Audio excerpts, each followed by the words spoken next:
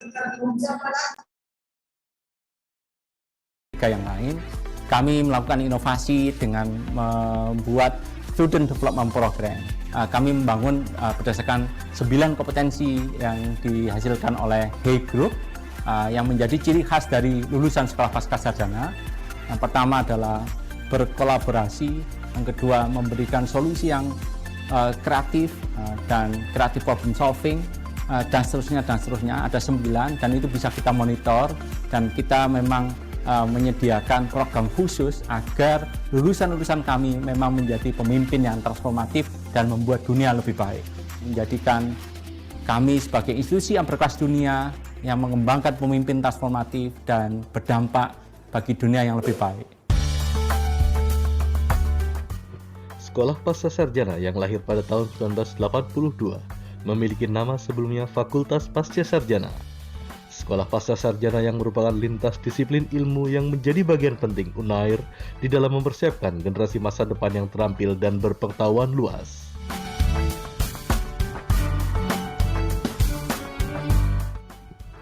Pada saat ini, Sekolah Pascasarjana UNAIR mengelola program magister dan program doktor yang bersifat multidisiplin, yaitu program doktor dan master pengembangan sumber daya manusia, sains hukum dan pembangunan, data forensik, imunologi, kajian ilmu kepolisian, manajemen bencana, dan ekonomi kesehatan.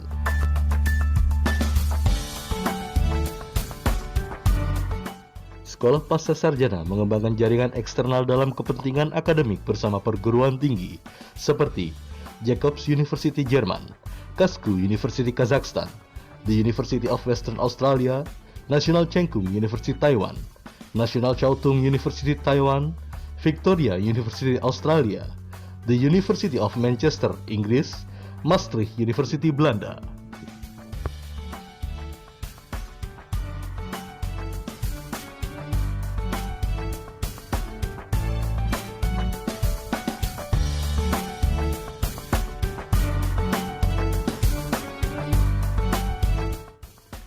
Dalam memaksimalkan kapasitas kegiatan di dalam program non-degree melalui Executive Learning Hub, sebuah unit di bawah koordinasi Direktur Sekolah Pascasarjana untuk memberikan layanan kepada para eksekutif, direktur, manajer di perusahaan untuk mengupgrade knowledge dan pengetahuan terkini.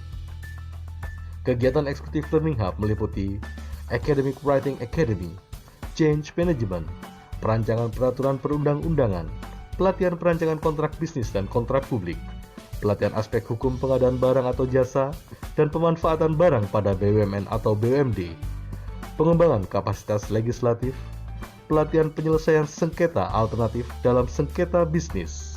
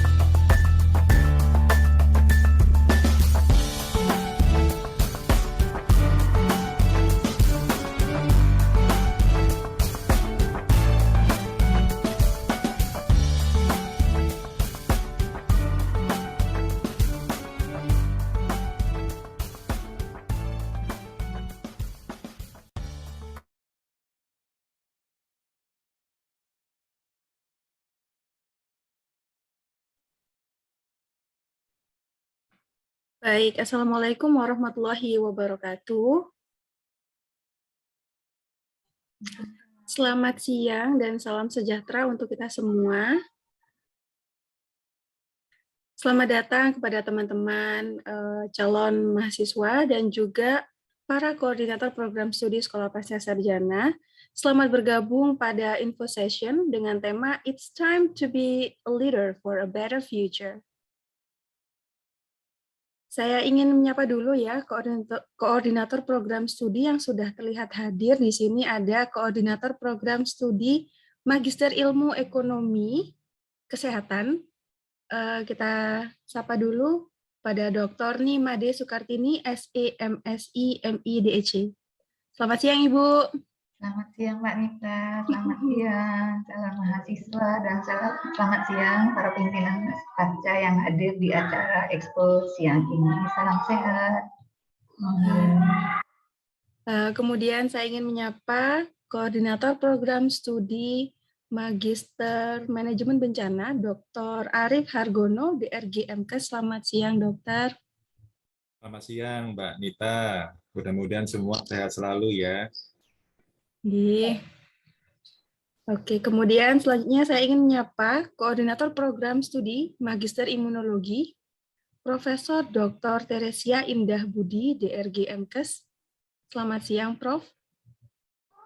Selamat siang, Mbak. Sebentar saya mau ganti background dulu ya. Ya, siap, Prof. Baik, ini nanti akan ada satu koordinator program studi lainnya, teman-teman, yaitu koordinator program studi Magister Sains Hukum dan Pembangunan, yaitu Dr. Radian Salman, SHLLM, yang nanti akan ikut sesi bincang-bincang dengan kita nanti di sesi yang pertama. Baik, sebelum kita masuk pada agenda hari ini, perkenalkan dulu, nama saya Nita. Saya staf tenaga kependidikan Sekolah Pasca Sarjana, dan di sini 1 jam ke depan nanti saya akan menemani teman-teman semua untuk bincang-bincang santai dengan koordinator program studi dan mengetahui informasi lebih lanjut mengenai Sekolah Pasca Sarjana ya. Baik, pada agenda hari ini nanti akan ada 2 sesi, yaitu sesi yang pertama ada sesi paparan dan juga tanya jawab dengan koordinator program studi. Kemudian sesi yang kedua yaitu ada paparan dan tanya jawab mengenai penjelasan tentang pendaftaran dan juga persyaratan di Sekolah Pasca Sarjana. Gitu. Langsung saja ya teman-teman, untuk informasi saja, Sekolah Pasca Sarjana ini berbeda dengan magister, jenjang magister dan doktor lainnya, karena kita ini multi entry. Jadi, kita punya 7 program magister, yaitu ada Magister Ekonomi Kesehatan, ada Magister Imunologi dengan akreditasi A, kemudian ada Magister Manajemen Bencana dengan akreditasi B, kemudian ada Magister Ilmu Forensik dengan akreditasi A, kemudian ada juga Magister Sains Hukum dan Pembangunan dengan akreditasi A, ada juga Magister Kajian Ilmu Kepolisian dengan akreditasi B, ada juga Magister Pengembangan Sumber Daya Manusia yang sudah berakreditasi A, dan kita juga ada akreditasi internasional yaitu ABES dari Jepang. Jadi itu 7 magister yang ada di Sekolah Pasca Sarjana. Kemudian ada satu lagi program doktor yaitu Doktor Pengembangan Sumber Daya Manusia yang sudah berakreditasi A, teman-teman. Begitu. Jadi jangan khawatir untuk teman-teman, kita sudah akreditasinya sudah bagus. Nah, untuk kegiatan akademik kita, nanti kita akan langsung tanya-tanya ke koordinator program studinya ya. Mungkin kita bisa move on untuk tanya-tanya tentang program studi Magister Ilmu Ekonomi Kesehatan, Magister Ekonomi Kesehatan ya, Prof. Mohon maaf salah sebut. Kita undang Dr. Nimade Sukartini, SE, MSI, MIDEC sebagai koordinator program studi. Ya, siang, Prof. Selamat siang, Mbak Nita. Ya, siang. Jadi gini Prof, bisa dijelaskan kepada teman-teman mungkin tentang kegiatan akademik dan juga informasi mengenai lebih lanjut tentang program studi Magister Ekonomi Kesehatan ini supaya teman-teman juga tahu apa itu ekonomi kesehatan, siapa saja yang bisa masuk, terus nanti apa saja dipelajari mungkin Seperti itu. Monggo Prof, silakan. Terima kasih Mbak Nita. Pertama-tama panggil saja Bu Nadi, saya belum profesor. Selamat siang kepada semua calon mahasiswa Magister Ekonomi Kesehatan, Prof. Teresia, Pak Arif Argono, dan juga Pak Rahadian Salman, juga semua pimpinan sekolah pasca, teman-teman tendik, akademik yang hadir pada acara ini. Salam sehat selalu. Terima kasih atas kesempatan yang diberikan. Perkenalkan, saya Made Sukartini dari Sekolah Pasca Sarjana, mewakili Prodi Magister Ekonomi Kesehatan. Jadi namanya adalah Magister Ekonomi Kesehatan. Kadang salah sebut Magister Ilmu Ekonomi Kesehatan. Tidak ada ilmu ekonominya, tapi ekonomi kesehatan, Magister Ekonomi Kesehatan. Prodi ini relatif baru di sekolah pasca, kita baru berdiri tahun 2021 ini, dan semester genap tahun ini adalah tahun ajaran yang pertama. Prodi ini relatif baru di Indonesia, dan sekolah pasca adalah sekolah yang pertama memberikan atau mendirikan prodi ini. Artinya kita yang terdepan di Indonesia dalam hal pendirian. Semoga juga dalam hal kualitas kedepannya kita bertekad adalah bersama sekolah pasca dengan kepemimpinan transformatif bisa berkontribusi pada dunia yang lebih baik. Nah, seperti yang tadi sudah disampaikan oleh Mbak Nita, Prodi MEK ini adalah multi entry, artinya kita menerima mahasiswa setiap semester. Apa aja sih kelebihannya prodi ini? Pertama yaitu tadi adalah kita adalah yang pertama di Indonesia. Yang kedua, bersama-sama dengan semua prodi di jenjang master di pasca, kita menawarkan pilihan studi yang relatif terstruktur, sistematis. Kita menawarkan 3 semester itu mahasiswa sudah bisa lulus dari prodi magister. Yang kedua, prodi magister ekonomi kesehatan ini menawarkan 2 jalur. Yang pertama itu adalah jalur reguler, artinya semua mahasiswa fresh graduate dari sarjana dan bersifat multidisiplin bisa mendaftar di sekolah pasca sarjana prodi magister ekonomi kesehatan. Yang kedua, prodi MEK, kita sebut magister ekonomi kesehatan itu singkatannya MEK, seperti prodi yang lain juga menawarkan kelas kerjasama khusus. Biasanya ini kita tawarkan kepada lembaga-lembaga terkait, contohnya dinas kesehatan, pemerintah daerah yang concern di bidang ekonomi kesehatan untuk bergabung bersama prodi kita. Total SKS yang ditawarkan adalah sebanyak 42 SKS, itu diambil dari 2 semester pertama adalah masing-masing ada 6 mata kuliah yang ditawarkan. Jadi termasuk di antaranya di sana di semester 2 itu kita sudah menawarkan kegiatan proposal tesis. Jadi di semester 3, di semester terakhir itu mahasiswa hanya fokus mengerjakan tesis, sehingga dengan segala pemampatan efisiensi waktu diupayakan dijamin bisa lulus 1,5 tahun atau 3 semester. Ya, kurang lebih seperti itu dulu informasi yang bisa diberikan. Nanti sambil jalan kita bisa tambahkan. Monggo Mbak Nita. Terima kasih Bu Made. Saya tadi salah sebut ya, saya tadi bilangnya Magister Ilmu Ekonomi, mohon maaf.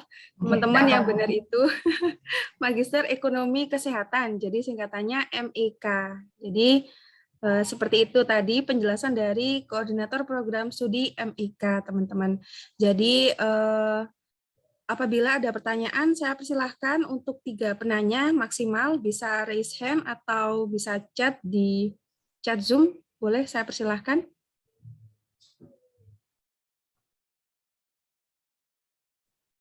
Ada pertanyaan, teman-teman?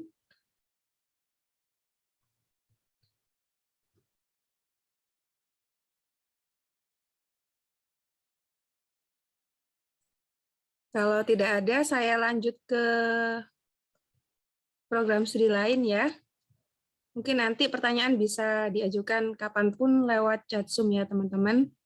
Baik, selanjutnya saya undang Koordinator Program Studi Magister Imunologi kepada Profesor Dr. Teresia Indah Budi, DRG MK. Saya persilahkan. Ya, selamat siang Mbak Nita, selamat siang Prof. para KPS yang hadir di acara AEE pada siang hari ini, juga pada partisipan yang sudah berkenan hadir untuk menyaksikan Erlangga Education Expo 2022, khususnya di program studi, khususnya di Sekolah Pasca Sarjana. Ya. Perkenalkan, saya koordinator program studi imunologi Magister ya S2. Ya, tadi nama saya sudah disebutkan oleh Mbak Nita dan biasanya saya lebih familiar dipanggil dengan Prof. Tere.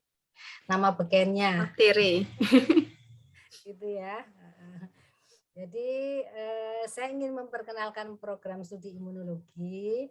Sebenarnya program ini sudah lama ya, sudah ada sejak tahun 1998 kalau menurut sejarah ya. Namun pasang surut ya, karena memang berbagai macam hal, akhirnya program ini sejak tahun 2019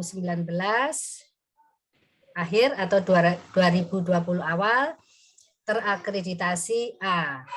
Nah, dan sekarang ini sudah mulai go internasional, jadi program studi ini sebenarnya kalau dilihat namanya imunologi ini konotasinya orang pasti menganggap ini berhubungan dengan kedokteran gitu ya. Namun sebenarnya program ini adalah program yang multidisiplin. Artinya multidisiplin dari berbagai bidang ilmu, bisa dari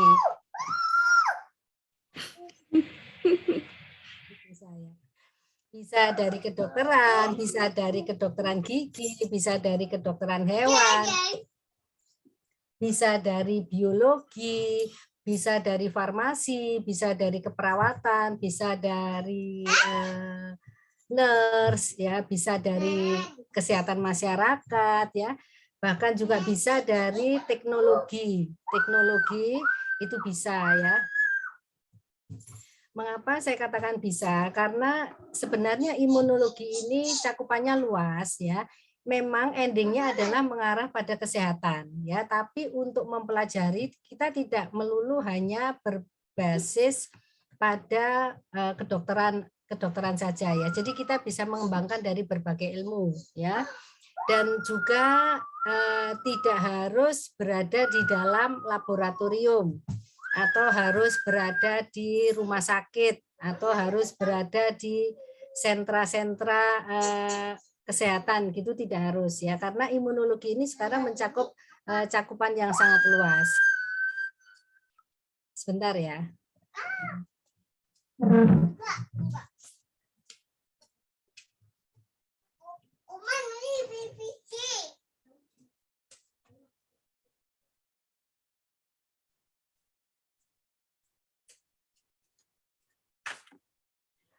Artinya bahwa imunologi ini bisa menyangkut banyak hal ya. Jadi kita kalau sudah mengatakan imun ya, imun itu adalah pertahanan ya, sebenarnya adalah pertahanan, dan yang di awal memang pertahanan tubuh. Tapi dari kesehatan badan ini juga akan mempengaruhi kesehatan yang lain, bisa kesejahteraan keluarga, bisa seperti itu ya. Jadi bahkan nanti menyangkut pada ekonomi kesehatan yang tadi diprodinya oleh Bu Made ya. Artinya bahwa ilmu ini bisa dikembangkan dari berbagai bidang. Nah, kalau dahulu orang selalu berkonotasi bahwa ini berada di lab, berada di rumah sakit. Sekarang tidak ya. Jadi apapun yang bisa mendukung sistem ketahanan ya, terutama ketahanan yang bisa menyangkut baik itu secara individual maupun keluarga ya, maupun masyarakat ya, maupun bahkan sampai ketahanan nasional ya, negara. Ini bisa mengambil di program studi imunologi. Oleh karena itu sekarang menjadi ilmu yang multidisiplin. Ya, dan waktu yang kami berikan kita tidak perlu memperpanjang ya, karena yang lebih penting pada magister, lulusan magister ini bukan lagi belajar tentang ilmu ya, tapi bagaimana mereka bisa mengaplikasikan ilmunya. Artinya sudah punya pemahaman ilmu dan tinggal mengaplikasikan. Sehingga kami kuliahnya tidak perlu panjang-panjang ya. Jadi kuliah yang berada di dalam kuliah itu hanya 1 semester. Kemudian semester berikutnya di semester 2 ini sudah mata kuliah pilihan. Artinya mata kuliah yang khusus untuk pilihan mahasiswa tersebut kalau ingin meneliti. Jadi tinggal hanya beberapa mata kuliah pilihan yang hanya kita pilih sekitar 2. Dan setelah itu langsung masuk pada langsung praktis ya, artinya segera melakukan proposal, tesis ya, sehingga pada semester 3 itu semua sudah goal semua, sudah selesai semua. Jadi di mana sekarang sistem yang kami berikan adalah sistem yang efisien ya, efisien, efektif, praktis ya. Artinya bahwa tidak perlu menghabiskan waktu seperti dahulu harus berada di dalam mata kuliah terus seperti itu. Jadi sekarang sudah mulai lebih praktis ya. Dan siapa saja yang bisa masuk, siapapun ya, siapapun yang memang ingin mempelajari atau lebih mengenal tentang sistem imunologi ya, dari walaupun fresh graduate boleh ya, yang sudah post graduate juga boleh, yang lebih memperdalam juga silahkan. Jadi kira-kira sepintas itu Mbak Nita yang ingin saya berikan. Baik, terima kasih Prof. Tere atas penjelasannya. Untuk teman-teman, apa ada pertanyaan mungkin? Yang mau tanya bisa raise hand atau nanti bisa chat juga di chat Zoom ya. Baik, kita langsung saja untuk koordinator program studi lainnya. Saya ingin mengundang koordinator program studi dari Magister Manajemen Bencana, Dr. Arif Hargono, DRG MKes. Selamat siang, Dokter. Selamat siang, Mbak Nita. Ya, bisa dijelaskan tentang apa itu sih manajemen bencana, Dok? Mungkin teman-teman pengen tahu, kenapa sih kok manajemen bencana gitu, Dok? Iya, baik. Terima kasih, Mbak Nita. Selamat siang, Bapak Ibu Koordinator Program Studi, dan selamat siang para partisipan yang hadir di Zoom AEE, khususnya di Sekolah Pasca Sarjana. Ya. Perkenalkan, nama saya Arif Hargono. Kebetulan diberi amanah untuk mengelola Magister Manajemen Bencana di Sekolah Pasca Sarjana. Ya, kalau kita melihat namanya gitu ya, nama prodinya adalah Magister Manajemen Bencana. Ya, bencana itu apa begitu ya? Kalau kita melihat definisi dan kita merujuk pada kebijakan yang berlaku, bencana itu adalah segala sesuatu yang memberikan dampak terhadap kemanusiaan. Jadi kalau dari penyebabnya itu bisa berasal dari bencana alam, bencana non-alam, maupun bencana sosial. Kalau bencana alam itu ya seperti letusan gunung berapi, banjir, dan lain sebagainya. Kalau yang non-alam termasuk di dalamnya adalah epidemi, penyakit. Jadi termasuk COVID ini juga termasuk dalam pandemi, termasuk dalam bencana juga begitu. Kemudian kalau yang sosial itu seperti terorisme dan lain sebagainya. Jadi sangat luas cakupan dari keilmuan manajemen bencana. Dan di manajemen bencana kita melakukan pengelolaan, ya, mulai dari sebelum bencana, jadi pra bencana, ya, lalu pada saat bencana sampai kemudian pasca bencana. Bisa dibayangkan dari berbagai macam bencana itu kita memberikan bekal ya yang strategis, keilmuan yang strategis bagaimana mengelola. Pada saat pra bencana kita menyampaikan bagaimana supaya risiko bencana itu dapat diminimalisir begitu. Kemudian pada saat bencana bagaimana kita memberikan strategi supaya penanganan bencana bisa dilakukan secara cepat, tepat, efektif, dan efisien. Termasuk ketika setelah selesai bencana, bagaimana mekanisme rehabilitasi, kemudian bagaimana untuk pembangunan kembali, bagaimana resiliensi. Nah, itu menjadi kajian di dalam manajemen bencana. Nah, kalau dari ruang lingkup bencana seperti itu, maka dibutuhkan masukan dari berbagai macam lintas keilmuan. Itulah mengapa manajemen bencana ini masuk di dalam sekolah pasca sarjana. Dan inputannya adalah multidisiplin. Jadi dari berbagai macam keilmuan bisa masuk di dalam manajemen bencana. Dari kesehatan, ya, kedokteran, sosial, hukum, psikologi, ya. Jadi bahkan teknik teknologi informasi juga masuk. Dan itu semua tergambar di dalam kurikulumnya. Jadi di kurikulum manajemen bencana itu ada kita mempelajari tentang tentunya kesehatan. Ya, itu juga karena kesehatan juga memberikan dampak terhadap bencana. Dan juga menjadi hal yang sangat penting ketika terjadinya bencana. Lalu masalah sosial, humanitarian, ya, bagaimana kearifan lokal, bagaimana pemberdayaan masyarakat dan lain sebagainya. Lalu sampai kepada teknologi informasi, bagaimana kita mengembangkan satu model sistem informasi yang dapat digunakan untuk early warning system, ya. Lalu kemudian resiliensi, bagaimana kita bisa membangun resiliensi masyarakat agar masyarakat itu tangguh terhadap bencana. Nah, jadi itu semua masuk di dalam kurikulum dari manajemen bencana, dan inputnya pun juga bisa dari multidisiplin keilmuan, termasuk juga staf pengajarnya, begitu. Jadi kalau kita melihat susunan staf pengajar di manajemen bencana itu lintas fakultas, ya, lintas fakultas, lintas prodi. Ada dari Fakultas Kesehatan Masyarakat, dari Fakultas Kedokteran, dari Fakultas Hukum, ya, dari psikologi juga ada, karena psikologi pasca bencana itu juga sangat penting.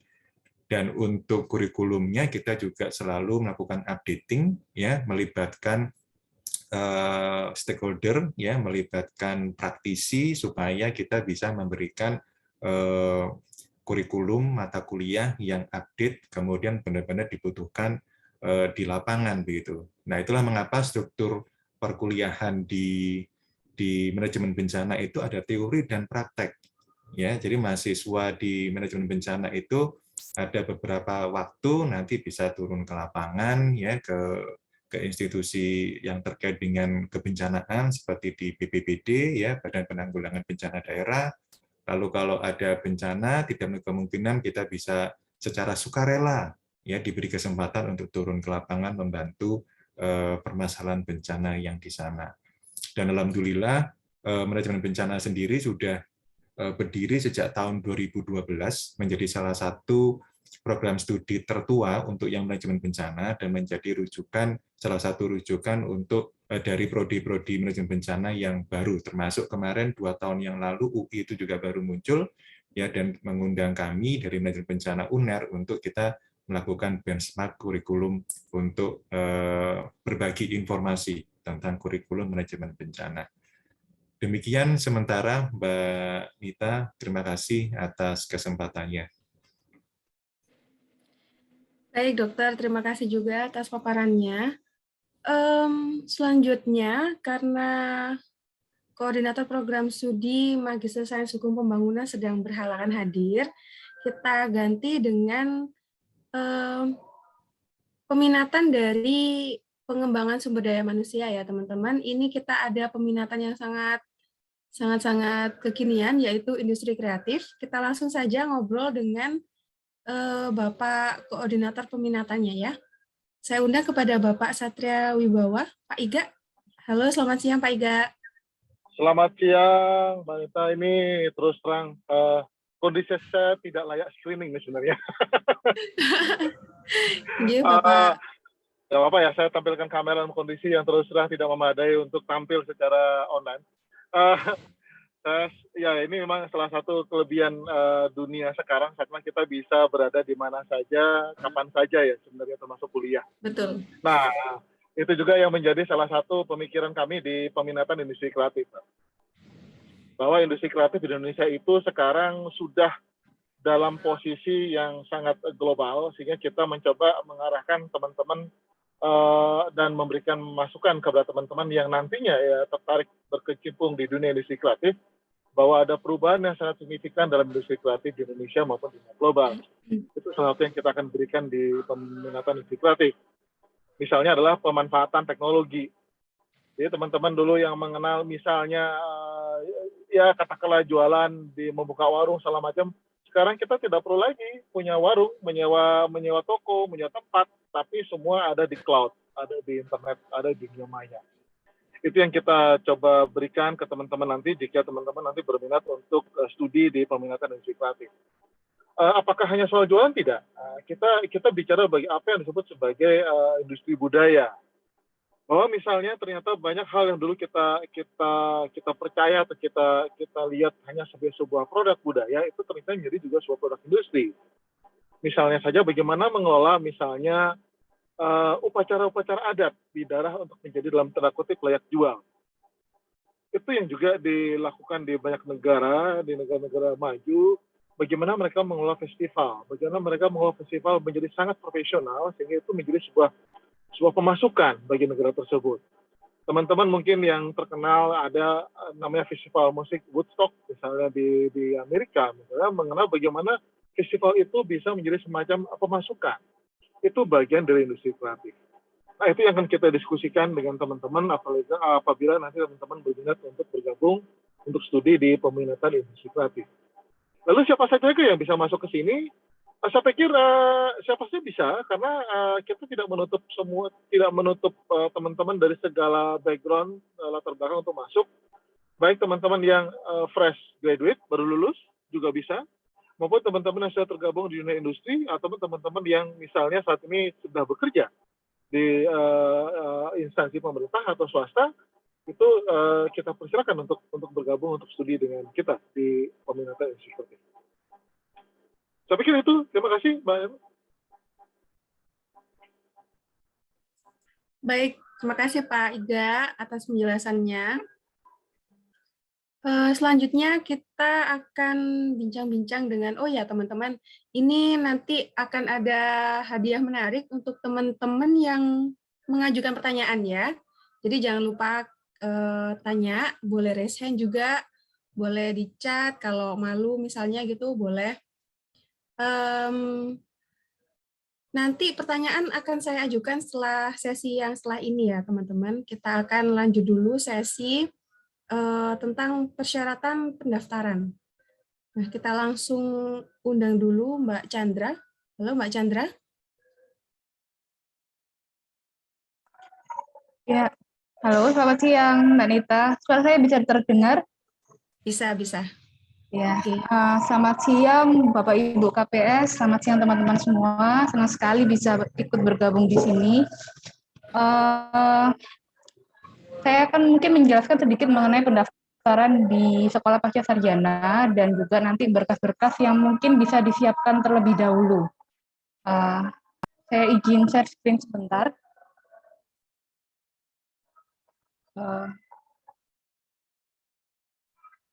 Hostnya mana ya? Saya tidak bisa share screen ini. Hostnya tim Humas.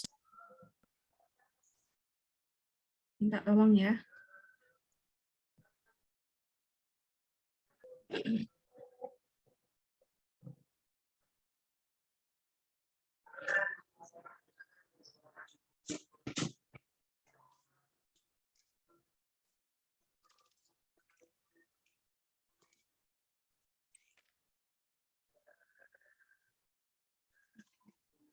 Ya. Oke, sudah bisa? Ya, bentar.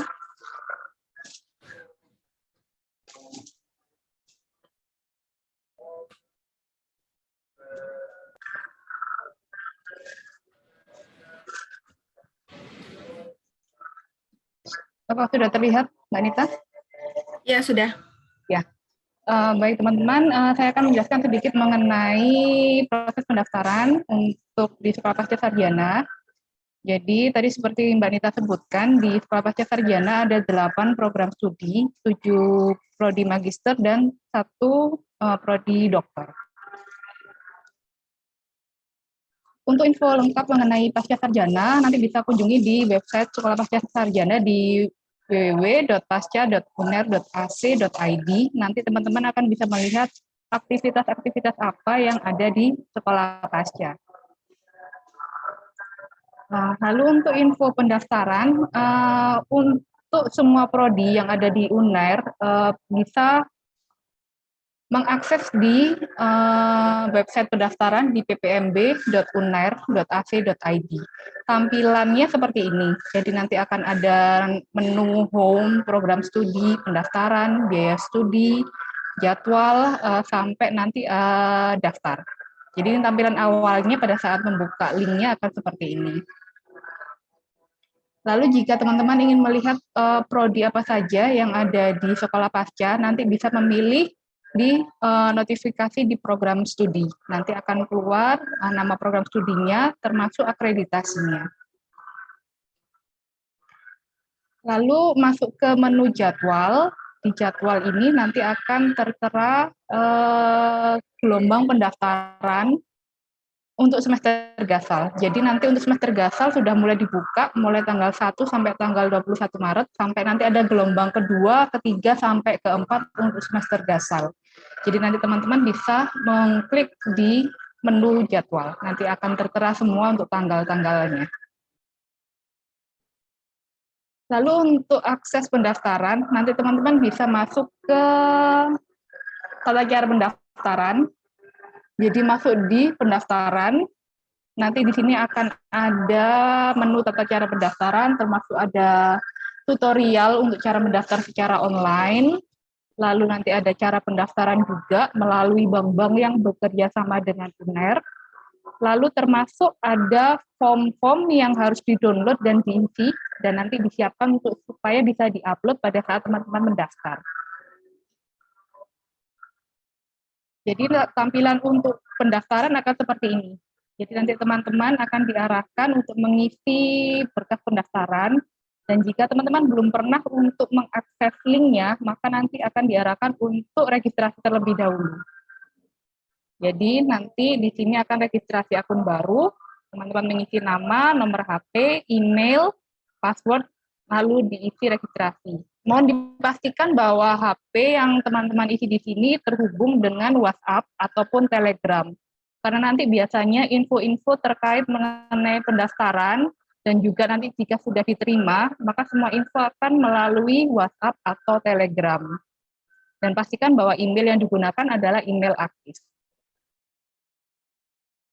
Lalu dokumen yang diperlukan untuk pendaftaran, jadi ini secara global ya, karena nanti ada beberapa prodi yang mungkin nanti memerlukan dokumen pra-proposal penelitian. Jadi supaya teman-teman nanti pada saat mendaftar sudah disiapkan, karena nanti pada saat wawancara biasanya KPS akan menanyakan rencana penelitian teman-teman. Jadi ada ijazah dan transkrip S1 bagi yang mau mendaftar S2, dan ijazah dan transkrip S1 atau S2 bagi teman-teman yang mau mendaftar di program doktor. Lalu scan KTP, scan foto 4x6 dengan background merah, dengan kemeja putih polos. Lalu form pendaftaran yang tadi sudah di-download harus diisi, ditandatangani, dan juga ada menggunakan materai. Lalu disiapkan juga surat keterangan sehat dari pelayanan kesehatan. Lalu disiapkan juga untuk sertifikat vaksin, karena nanti akan dibutuhkan untuk upload sertifikat vaksin juga. Ya, baik, itu saja Mbak Nita yang bisa saya sampaikan. Terima kasih. Baik, terima kasih Mbak Chandra atas paparannya. Kemudian ini sudah ada beberapa pertanyaan ya di kolom chat. Sebentar, saya buka satu persatu ya teman-teman. Ini ada pertanyaan dari Mas Kumambang. Mungkin saya minta bantuan Dr. Arif untuk menjawab, gitu Bapak. Ini pertanyaannya, Assalamualaikum warahmatullahi wabarakatuh. Selamat siang Pak, perkenalkan nama saya Muhammad Raisa Kudin. Ini pertanyaannya adalah, apakah di UNAIR menyediakan magister terapan untuk sarjana terapan? Nah, apa yang membedakan antara magister vokasi dan magister sarjana? Terima kasih, Bapak. Ya, terima kasih. Ini sebenarnya bukan spesifik ke saya ya, tapi saya coba menjawab sejauh yang saya tahu itu. Kalau vokasi biasanya dari D3 ya. Kalau sarjana dari S1. Dan karakteristik dari D3 dan S1 memang kalau dari D3 untuk skill keilmuannya ya lebih ke arah keterampilan, sementara ketika di sarjana itu lebih kepada konsep teori ya. Jadi itu yang membedakan antara vokasi dan sarjana. Ini secara umum begitu, Mbak Nita. Kalau di vokasi sendiri juga ada gitu ya, fakultas vokasi ya khusus tentang vokasi itu juga ada di UNER. Nanti mungkin bisa melihat pada situsnya UNER ya, di webnya UNER nanti di situ akan ada apa namanya keterangan tentang vokasi yang ada di UNER, dan itu juga sangat berkembang karena di beberapa tahun belakangan UNER juga melakukan apa namanya memberikan ada fakultas khusus untuk yang vokasi begitu. Sementara kalau yang di sarjana ya jenjangnya dari S1, S2, S3 dan sampai S3 begitu ya. Begitu Mbak Nita. Baik, Bapak. Ini ada satu lagi yang bertanya tentang manajemen bencana. Apakah di UNER ada organisasi KSR atau relawan? Jika ada, perbedaannya antara mahasiswa manajemen bencana dan mahasiswa yang mengikuti organisasi KSR ketika turun dan ikut andil sebagai relawan dalam satu lokasi yang mengalami bencana. Ya. Jadi organisasi terkait dengan kemasyarakatan termasuk juga keterlibatannya dalam kebencanaan di UNER itu ada beberapa. Baik itu langsung di bawah rektor maupun yang ada di masing-masing fakultas. Nah, yang di masing-masing fakultas itu melekat pada prodi begitu. Jadi seperti di fakultas katakanlah yang saya tahu di Fakultas Kesehatan Masyarakat begitu ya. Kemudian di Fakultas Kedokteran ya. Jadi ketika ada seperti kemarin pandemi Covid ya, itu banyak dari mahasiswa kerjasama juga dengan para dosen itu turun untuk sebagai relawan atau sebagai pengolah data atau sebagai pengumpul data, manajemen program di lapangan. Kemudian ketika terjadi bencana kemarin seperti bencana Semeru gitu ya, dari Fakultas Kedokteran, mahasiswa, dosen juga turun. Termasuk juga kami dari program studi Magister Manajemen Bencana.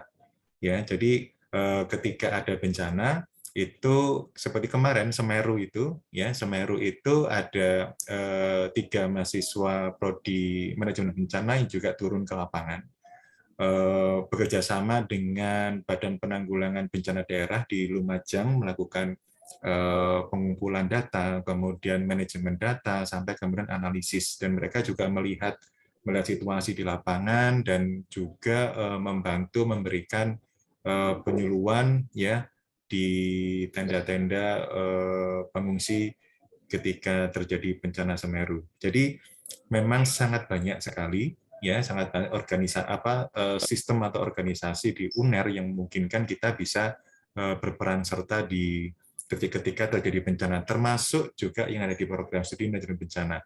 Nah, seperti tadi yang di Semeru ya, kemudian kita juga ada beberapa aktivitas pelatihan gitu ya, termasuk kita memberikan pembekalan terhadap dampak psikologi ya dari pengungsi begitu, kemudian juga manajemen dan pengolahan data ya, karena itu juga sangat penting di lapangan bagaimana kita bisa melihat permasalahan, kemudian data itu kita kumpulkan, kita olah ya untuk sebagai dasar untuk apa namanya penanggulangan dan untuk rehabilitasi ke depannya.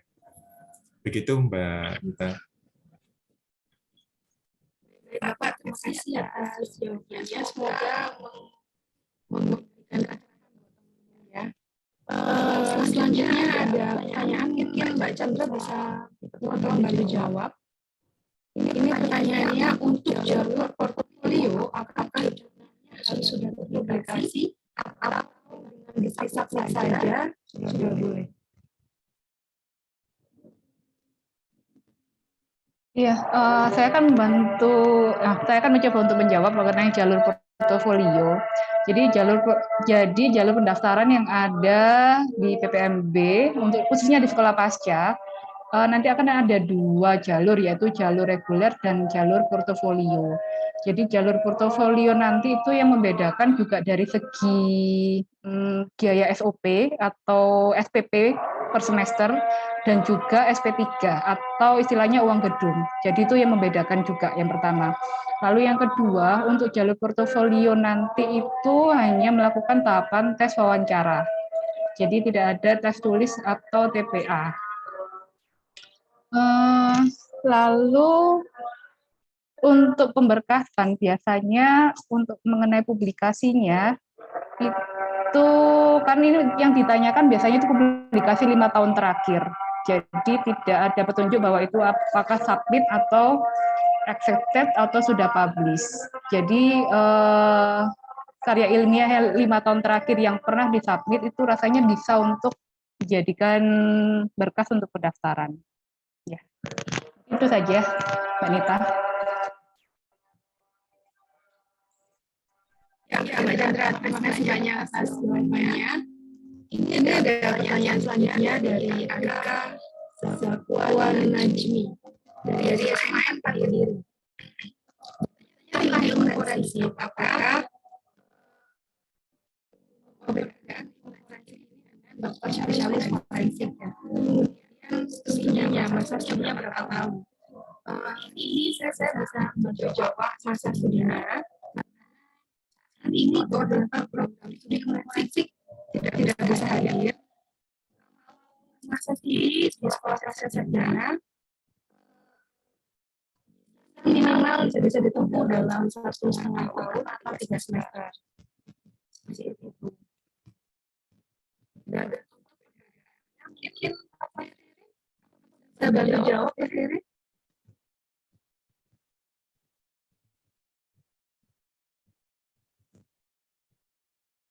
Halo, Riri. Ya, baik. Ya, biar bisa bersedia. Lanjut ke pertanyaan selanjutnya. Ada pertanyaan lagi, teman-teman? Tentang pendaftaran tadi sudah jelas ya.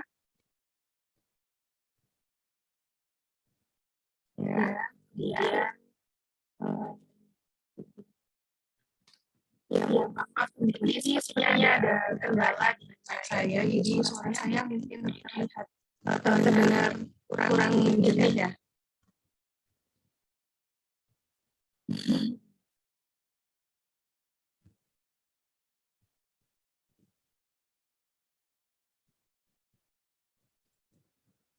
Oh ya, akan kembali untuk teman-teman, jangan lupa untuk mengikuti sosial media kami di @pasca_uner, @pasca_uner, kemudian share foto Anda sedang mengikuti info session sekolah pasca sarjana UNER hari ini. Dan tetap di IG ya teman-teman, jangan lupa dengan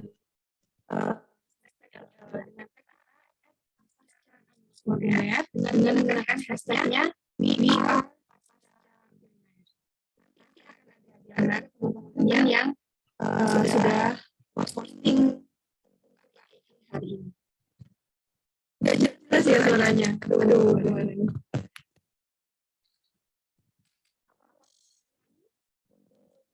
Tentang posting tadi teman-teman.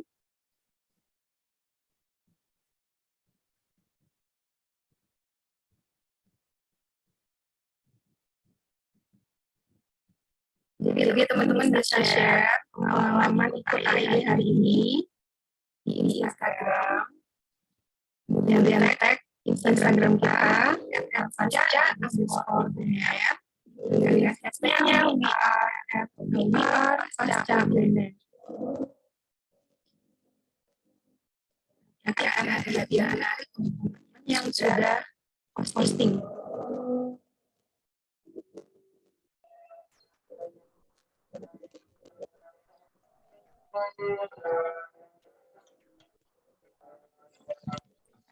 Lagi pertanyaan?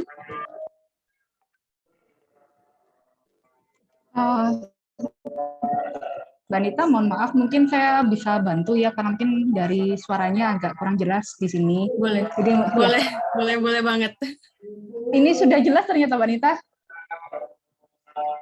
Oh, sekarang sudah jelas? Ya, sekarang sudah jelas, ya. Oh ya, memang harus dipancing seperti itu ya mungkin ya. Jadi teman-teman bisa share pengalamannya mengikuti Erlangga Education Expo hari ini dengan Sekolah Pasca Sarjana dengan posting di Instagram foto atau video kalian ikut acara ini. Kemudian tag Instagram kita di @pasca_unair, dan jangan lupa hashtagnya,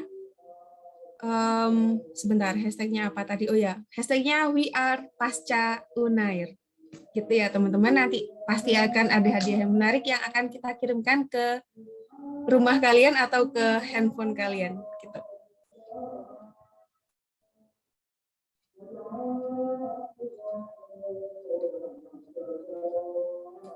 Oh, sebentar, ada pertanyaan. Oh, ini Prof. Tere. Prof. Tere bisa minta tolong bantuannya untuk jawab, Prof. Ya, Mbak. Ini pertanyaannya sebenarnya untuk ilmu forensik, Prof. Cuman mungkin Prof. Tere bisa memberikan sedikit pencerahan untuk teman-teman nih. Jadi ada yang tanya, apakah perbedaan mata kuliah yang dipelajari antara dokter spesialis forensik dengan S2 ilmu forensik? Seperti itu, Prof. Jadi mungkin yang harus dipahami tentang konsep S2 dan spesialis ya. Kalau spesialis ini arahnya lebih ke praktek ya, lebih ke praktisi ya. Jadi nanti kalau misalnya ambil spesialis forensik, dia lebih ke arah ke praktisi. Jadi dia bisa mengerjakan atau melakukan ya, misalnya pembedahan pada kasus-kasus mayat dan sebagainya, itu bisa. Tapi kalau yang magister ya itu lebih ke arah ke ilmuwan ya, saintis ya. Jadi lebih menuju ke arah konsep nanti arahnya menuju seorang ilmuwan. Jadi tentunya kalau yang dipelajari apa saja itu ya mungkin hampir sama ya, konsep tentang forensik itu apa. Namun di dalam prakteknya atau di dalam pengerjaannya, kalau pada yang profesi atau spesialis itu akan lebih banyak ke praktek. Ya, lebih banyak ke praktek, jadi nanti mungkin mengerjakan kasus-kasus pembedahan pada mayat ya, atau melakukan hal-hal yang berhubungan dengan forensik. Sedangkan kalau di magister ini lebih mengungkap suatu keilmuan. Jadi misalkan ya, menemukan suatu metode baru untuk mengungkap misalnya jejak seseorang yang ditemukan berapa tahun atau menemukan kasus-kasus. Nah, ini mungkin seorang saintis ya lulusan magister itu bisa mendapatkan metode-metode yang baru atau dapat mengungkapkan hal-hal atau teori-teori yang lebih baru. Kira-kira kayak gitu, Mbak Nita. Jadi pada prinsipnya konsepnya yang berbeda. Nah, begitu teman-teman. Semoga bisa menjawab keingintahuan kalian ya. Oke, ini sudah memasuki menit-menit terakhir. Gimana kalau kita on cam semua, kemudian kita foto bersama teman-teman. Ayo, bagi teman-teman yang masih off cam, bisa dinyalakan sebentar. Kameranya sebentar aja. Saya pengen tahu sih bagaimana sih wajah-wajah calon pemimpin transformatif masa depan kita. Oh, baik. Oke, masih ada yang belum? Mungkin yang perlu ditambahkan Mbak Nita, Nggih, jadi nggih Prof, monggo. program-programnya di pasca itu ya, jadi tidak melulu hanya sekolah saja ya. Jadi Iya. bayangannya kan nanti cuman kuliah aja ya. Kita punya banyak sekali ya program ya, seperti international conference ya. Kemudian bakti sosial, dan bakti sosial itu nanti bisa mahasiswa ini bisa langsung mengaplikasikan ilmunya di masyarakat ya. Kita sering ya mengadakan bakti sosial kemana-mana ya, bisa ke Trenggalek, ke Pacitan, ke ya tempat-tempat yang memang harus kita tuju, ke Jember, ke Situbondo ya, manapun ya. Dan di sana mahasiswa bisa mengaplikasikan ilmunya.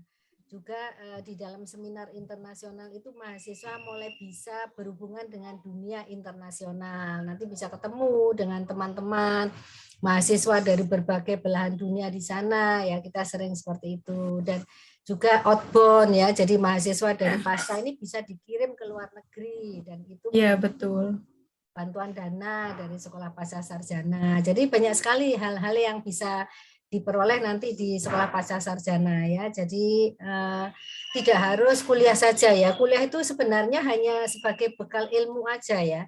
Tapi yang lebih menyenangkan mungkin ya sekolah S2 ya. Kalau saya ini sekolah S2 itu dulu adalah sekolah paling menyenangkan. Mulai dari yang menyenangkan pertama tentunya TK ya, karena cuman bermain. Dan menyenangkan yang kedua adalah sekolah magister saya S2. Itu paling menyenangkan. Di antara sekolah-sekolah itu yang paling menyenangkan. Karena apa? Kita ketemu dengan banyak teman, kita mendapatkan ilmu yang lebih advance ya, lebih jauh.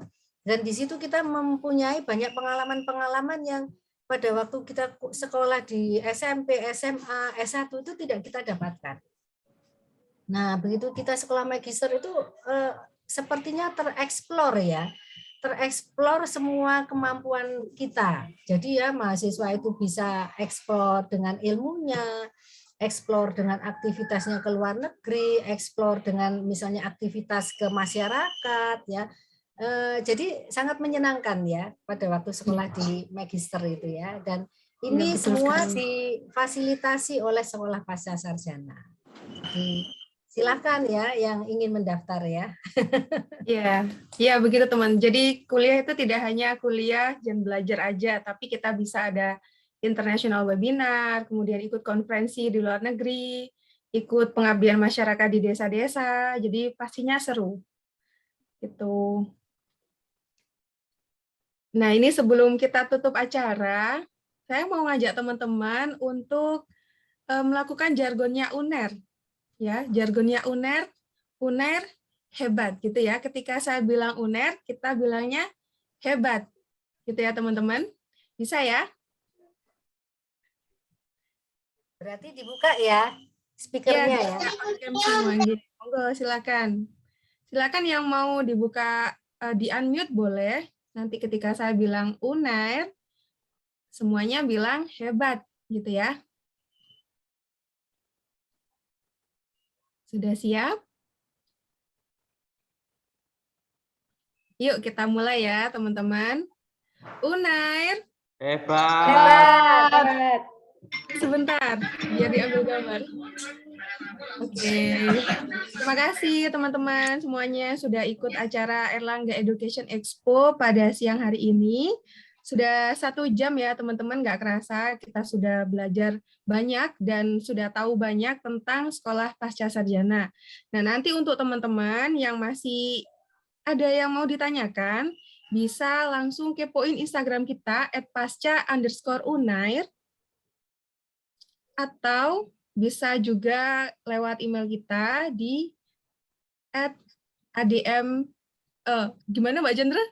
Kok saya lupa tiba-tiba? adm@pasca.unair.ac.id. Ya, di adm@pasca.unair.ac.id. Gitu ya teman-teman. Saya mohon maaf mewakili panitia yang bertugas. Saya mohon maaf apabila ada salah kata atau masih ada pertanyaan yang belum kami jawab misalnya gitu. Kita mohon maaf dan sampai ketemu lagi pada acara-acara sekolah pasca sarjana selanjutnya. Kami tunggu pendaftaran kalian ya. Sampai jumpa. Sampai jumpa di pasca sarjana. Ya, sampai jumpa di Sekolah Pasca Sarjana. Ya, bye. Terima kasih Prof. Tere, terima kasih Bu Made, terima kasih Pak Arif. Terima kasih. Terima kasih semuanya. Terima kasih Mbak Dani. Waalaikumsalam. Terima kasih Mbak Chandra. Iya, Mbak Nita. Teman-teman bisa leave dari Zoom kali ini. Bye.